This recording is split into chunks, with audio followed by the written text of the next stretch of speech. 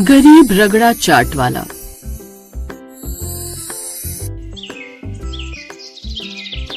भरतपुर गांव में मनीष नाम का आदमी रगड़ा चाट बनाकर बेचा करता। उसकी रगड़ा चाट इतनी अच्छी होती थी कि छोटे क्या बड़े भी उसकी रगड़ा चाट खाने के लिए आया करते थे।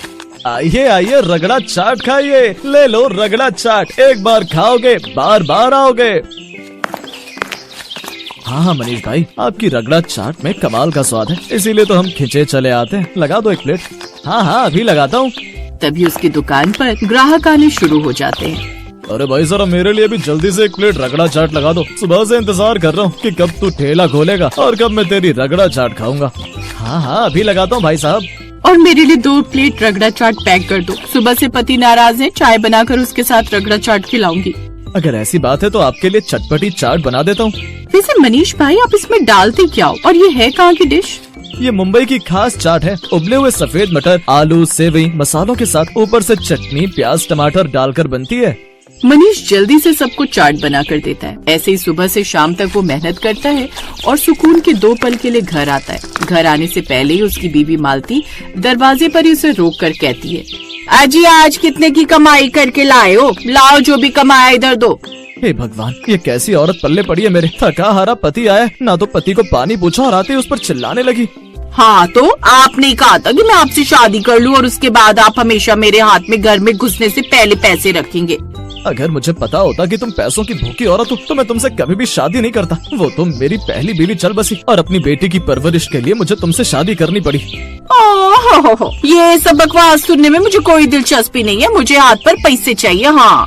मनीष गुस्से में जेब में से पैसे निकालकर उसे दे देता है। फिर कमरे में जाकर अपनी पहली पत्नी की तस्वीर को गले लगाकर उसे याद करता है। कई साल पहले बच्चे को जन्म देने के बाद ही उसकी पहली पत्नी का देहांत हो गया था और मालती उसकी दूसरी बीवी थी, जो कि न उसका ढंग से ध्यान रखती और न ही उसकी बेटी नेहा का। नेहा रोते हुए मनीष के पास आती है। बाबा मुझे मैंने सुबह से कुछ भी नहीं दिया खाने को। मेरी बेटी सुबह से भूखी है, रुक मैं तेरे लिए एक प्लेट रगड़ा चाट छुपा कर लेकर आया हूँ, ये खा ले। वाह रगड़ा चाट। फिर वो उसे अपने हाथों से रगड़ा चाट खिलाता है। ऐसे ही दिन गुजरते हैं। धीरे धीरे मनीष का रगड़ा चाट का काम थोड़ा धीमा पड़ जाता है और वो थोड़े से पैसे लेकर ही घर लौट। ये देखकर मालती का गुस्सा काफी बढ़ जाता है। वो अपने लिए महंगी महंगी साड़ियाँ नहीं ले पाती। इन सब का गुस्सा वो नेहा पर निकाला करती। अरे ओ मेरे सौतन की बेटी, जल्दी जल्दी हाथ चला वरना गर्मा गर्म चिमटा ऐसा कमर पर चिपकाऊंगी कि अपने आप ही हाथ चलने लगेंगे। हाँ नहीं तो।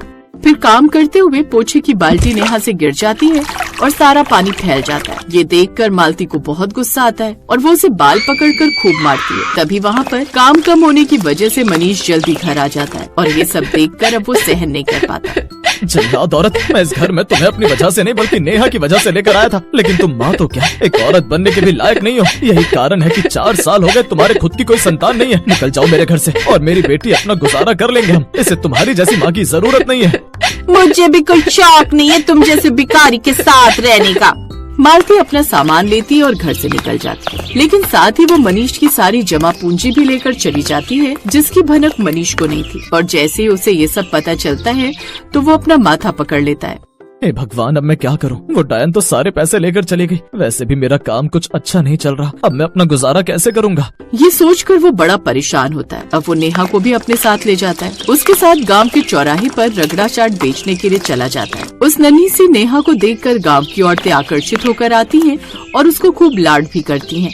कितनी सुंदर गुड़िया है मनीष भाई आपकी, नजर ना लगे इसे किसी की।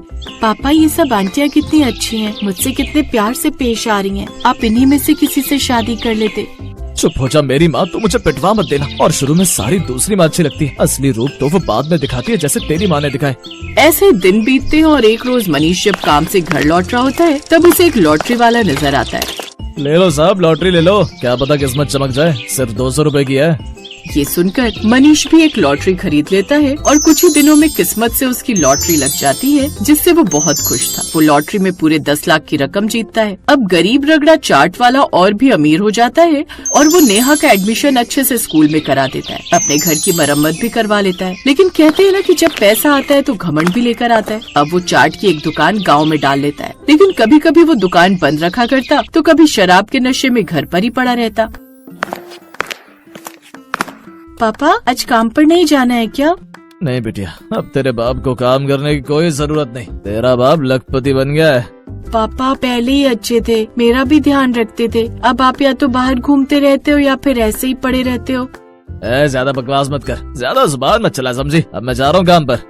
फिर मनीष अपनी दुकान पर जाता है और अब उसने अपने साथ एक मनोज नाम का आदमी भी रख लिया जो उसकी दुकान का अच्छा ध्यान रखता था। लेकिन अब मनीष के अंदर लालच उमड़ आया था। पैसे हो तो हर इंसान सलाम ठोकता है। लगता है बहुत अमीर बनना होगा। अमीर से और अमीर बनने का एक ही रास्ता है, खराब से खराब सामान दिया जाए। जितना सस्ता सामान बेचूंगा उतना ही सस्ता सामान इस्तेमाल भी करूंगा। अब वो यही करता है।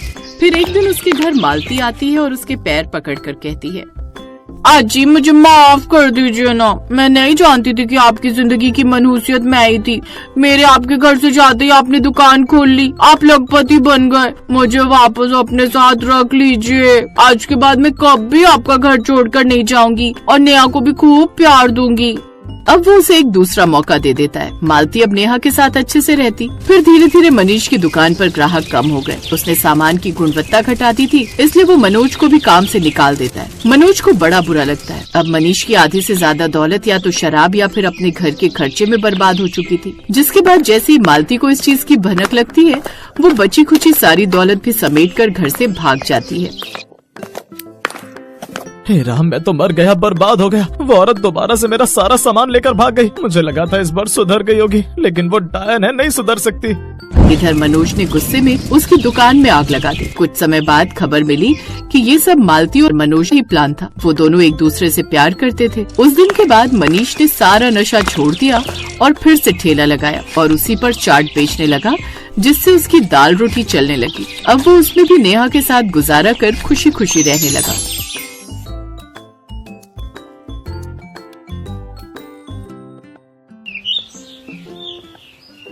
गांव में सोहन का एक आलू कचौड़ी का ठेला था, लेकिन गांव में उसे कुछ खास कमाई नहीं हो पाती थी, जिस कारण उसने शहर में जाकर आलू कचौड़ी का ठेला लगाने का फैसला किया। अब हमें शहर जाकर अपना काम शुरू करना होगा रमा। गांव में कुछ खास कमाई नहीं हो पा रही। दोनों बच्चे की पढ़ाई और बेहतर भविष्य के लिए हमें ज्यादा पैसे कमाने होंगे। जैसा आपको ठीक लगे। सोहन अपनी पत्नी और 2 बच्चों के साथ शहर चला आया। शहर पहुंचते ही उसकी पत्नी रमा उससे बोली, आपको क्या लगता है जी, हम शहर में अपना आलू कचौड़ी का ठेला चला पाएंगे? यहाँ तो जहाँ नजर दौड़ाओ खाने का कुछ न कुछ ठेला लगा ही हुआ है। यहाँ तो खाने की कोई कमी है नहीं। ऐसे में कोई हम गरीबों के हाथों की आलू कचौड़ी क्यों ही खाएगा? अभी तो काम शुरू भी नहीं हुआ और तुमने पहले ही हार मान ली रमा। अब वो शहर में अपने लिए किराए पर कमरा ढूंढते हैं। उन्हें एक कम दाम में कमरा मिल जाता है। अब वो उसमें रहने लगते हैं। कुछ दिनों में ही सोहन अपने घर के पास में ही आलू कचौड़ी का ठेला लगा लेता है। उसके आसपास काफी सारे फास्ट फूड के ठेले लगे हुए थे, जिस कारण उसके ठेले पर बहुत कम लोग ही आ पाते। वो जितना सामान बनाता उसका आधा सामान बिकता। सोहन परेशान होकर रमा से बोलता है, रमा, यहाँ तो सभी फास्ट फूड के दीवाने हैं। हमारी आलू कचौड़ी तो बहुत ही कम लोग खरीदते हैं। लेकिन ऐसे तो गुजारा कैसे चलेगा जी? कमरे का किराया भी देना है, बच्चे भी साथ में हैं, उन्हें भूखा भी नहीं रख सकते। हमें कोई ऐसी जगह तलाशनी होगी जहाँ हमारा आलू कचौड़ी का काम अच्छा चले। लोग ज्यादातर आलू कचौड़ी खाना पसंद करते हो। हाँ, लेकिन ऐसी जगह कहाँ मिलेगी? तभी उनकी मकान मालकिन वहाँ आती है। ऐसी जगह तो नाथपुरा ही है। वहाँ रेलवे स्टेशन और बस स्टॉप दोनों आसपास ही हैं। वहाँ हर तरह के लोग आते हैं। मुझे यकीन है तुम्हारा काम वहाँ जरूर चलेगा और मेरे पति की उस स्टेशन मास्टर से अच्छी जान पहचान है, तो वो तुम्हारा ठेला लगवा देंगे। आपका बहुत बहुत धन्यवाद मालकिन जी। अनीता अपने पति से बात करती है। वो अगले दिन स्टेशन मास्टर से कहकर वहाँ पर सोहन का ठेला लगवा देता है। आलू कचौड़ी की महक बस स्टॉप और स्टेशन पर आने वाले यात्रियों को अपनी ओर खींचने लगती है। अब सोहन के ठेले पर यात्रियों की भीड़ रहने लगती है। एक बार एक कुली सोहन के पास आता है और उसके हाथ की आलू कचौड़ी खाकर खुश हो जाता है। वाह भाई वाह, मजा आ गया। क्या स्वादिष्ट आलू कचौड़ी बनाते हो तुमने, और दाम भी बहुत कम है। सच कहूँ, पहले यहाँ खाना खाने के लिए ना हमें दुकान पे जाना पड़ता था, जहाँ खाना काफी महंगा मिलता था और हमारी दिन भर की कमाई खाने में ही चली जाती है। लेकिन अब तुम्हारे पास ये कम दाम में आलू पूड़ी खाकर तो पेट भरता ही है, साथ ही 2 पैसे भी बच जाते हैं भाई। धन्यवाद भाई, अब तुम पेट भरकर खाना खाओ। ऐसे ही दिन गुजरने लगते हैं। अब तो जो रोज की सवारी वहाँ से आती जाती, वो तो सोहन के ठेले पर जाने से खुद को रोक ही नहीं पाते। वो तो अब उसके पक्के ग्राहक हो गए थे। ऐसे ही कुछ दिन बीतते हैं। एक रोज एक सेठ जिसके हाथ में काफी बैग थे, वो सोहन के ठेले के पास से गुजर रहा था कि तभी उसके बैग की टक्कर से सोहन के ठेले पर रखा सामान नीचे गिर जाता है और उसका काफी नुकसान हो जाता है। लेकिन सेठ उल्टा सोहन पर ही चिल्लाने लगता है। तुम गरीबों को भी ना बीच में ही आकर खड़ा होना होता है। मेरा सारा सामान तो गिरा ही दिया, साथ ही मेरे महंगे कपड़े भी गंदे कर दिए। लेकिन साहब, इसमें मेरी क्या गलती? आपकी वजह से उल्टा मेरा कितना नुकसान हुआ है। आप ऐसा कीजिए, मेरा नुकसान भर दीजिए। ये सुनकर सेठ उसे जोरदार थप्पड़ मार देता है। साथ ही स्टेशन मास्टर से उसने शिकायत भी कर देता है। सेठ जैसा बड़ा आदमी होने की वजह से स्टेशन मास्टर सोहन को ठेला लगाने से मना कर देता है। ये सब बातें जब रमा को पता चलती है तो वो बोलती है, ना जाने कैसे आदमी है इस शहर में, अब क्या होगा जी। अब सोहन घर पर ही रहता है। वहीं दूसरी तरफ सोहन का ठेला न लगने की वजह से अब उसके रोजमर्रा के ग्राहक भी काफी परेशान हो चुके थे। अब तो लोग इतना ट्रेन और बस के बारे में नहीं पूछते थे जितना वो सब सोहन के बारे में पूछते थे। अरे सोहन भाई की आलू कचौड़ी में जो बात थी, वो और किसी भी खाने में नहीं। सच में उनकी आलू कचौड़ी की बहुत याद आती है।